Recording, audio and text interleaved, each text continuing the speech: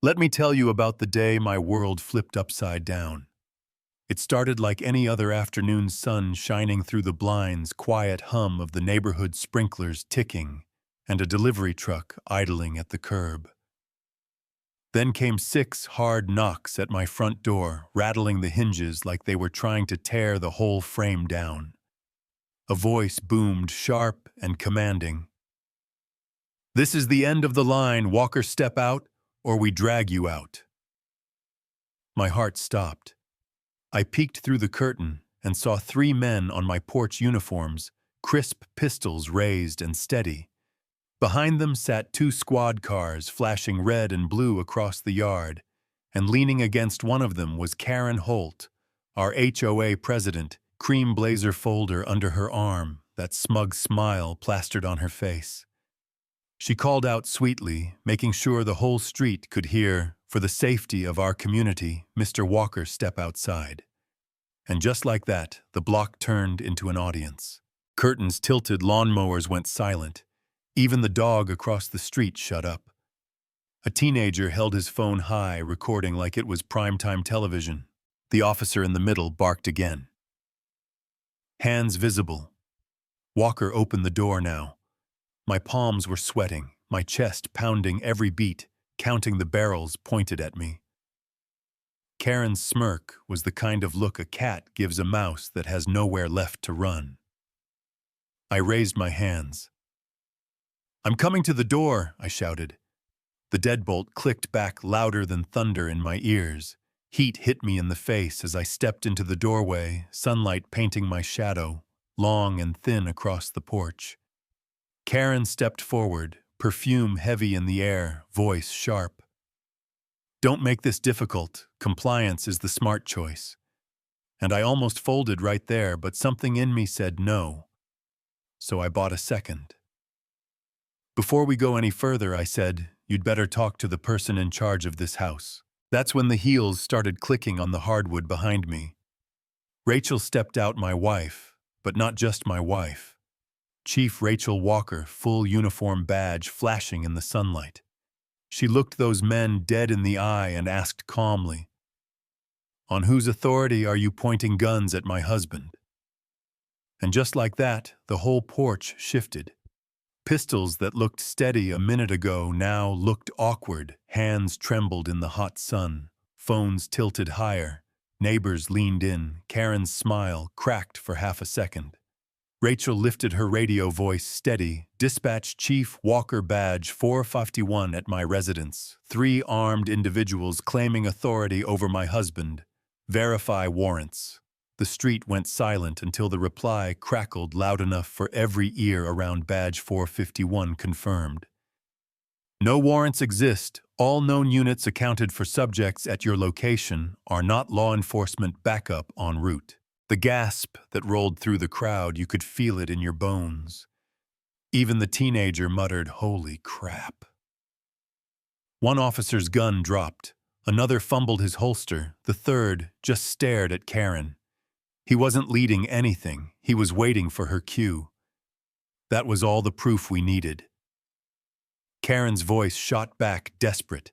"This neighborhood has rules. Chief, your husband has violated them repeatedly, suspicious items in his basement memorials without permits. We're simply enforcing what you refuse to." Rachel's jaw locked. "You don't enforce law, Mrs. Holt, that's my job.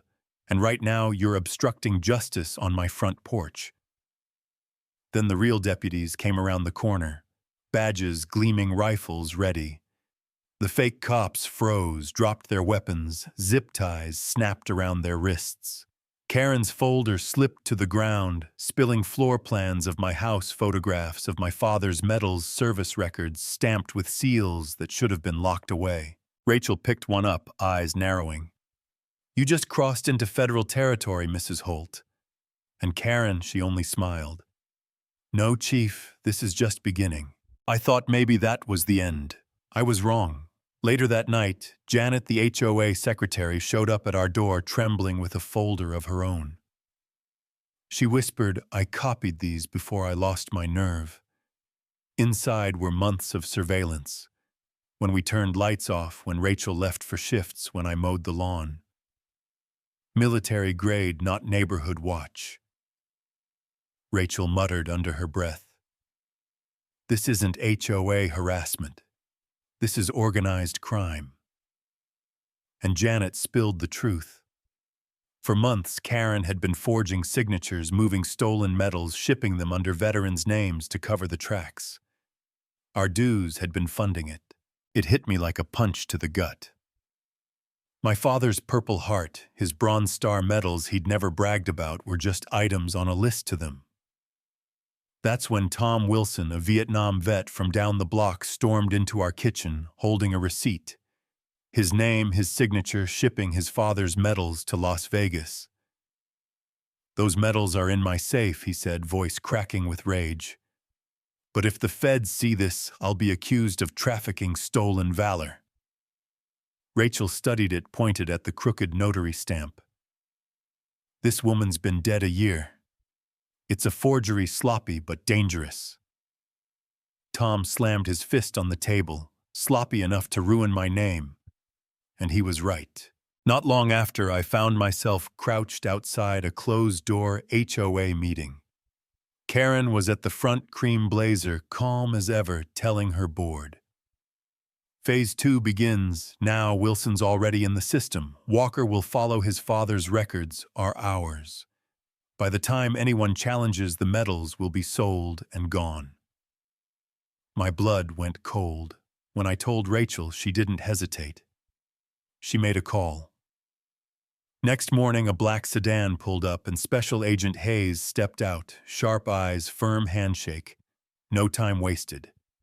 She combed through the documents one by one until she landed on my father's record.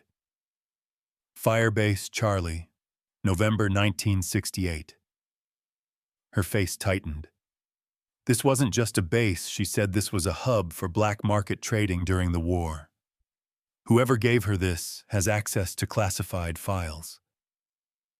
My stomach dropped. My father had died decades ago, but his shadow was suddenly standing in my living room. Things spiraled fast. I met Bill Thompson, one of my dad's old comrades, in a diner off Highway 42. He leaned close and said, "Your father tried to stop the black market at Firebase Charlie, and it cost him promotions, maybe his life. That network never died, and you're standing in their way now." He slid me a napkin with coordinates scrawled across it. Last shipment.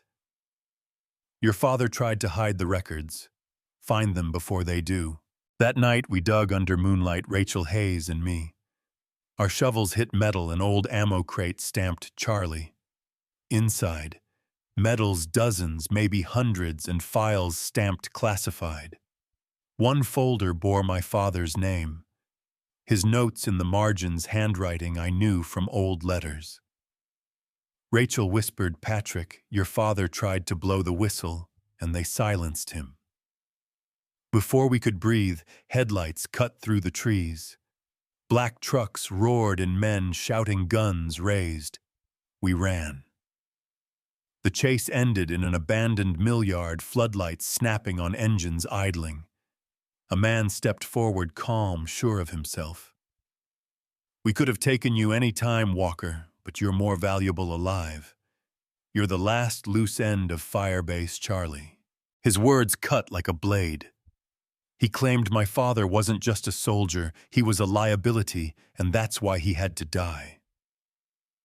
My chest went ice cold. Rachel shouted back, "Say another word, and I put you down." He only smiled. "Hand me the file or watch your wife bleed." My hands shook around the folder, my father's handwriting heavy as stone. Rachel whispered, "Don't you dare." I stepped forward into the floodlights. "You killed my father," I said, voice steady, "and you think you'll bury the truth again, not tonight." For a second, they faltered. Hayes shouted, "Bluffing federal agents have this site surrounded." The men froze, unsure. Then gunfire erupted. Rachel moved like she was born for that fight, precise and unyielding, Hayes dropping targets with calm efficiency. I scrambled up an old crane, yanked a lever, sent floodlights crashing down, and trucks bursting into flame. By the time real deputies stormed the yard, the imposters were cuffed, their leader bleeding but laughing through his teeth. "You think this ends with me? Firebase Charlie never ends." And standing there clutching my father's file, I realized he was right. My dad's war didn't die with him. It lived on in secrets buried deep in networks still feeding off stolen honor. Now it was my war too. So I'm asking you, what do you think? Do people like Karen Holt, who hide behind fake authority and use rules to destroy lives, deserve to be exposed at any cost? Or are some truths too dangerous to drag into the light? Drop your thoughts in the comments, share your stories if you've ever seen power abused in plain sight. Because for us, this fight isn't over, not by a long shot.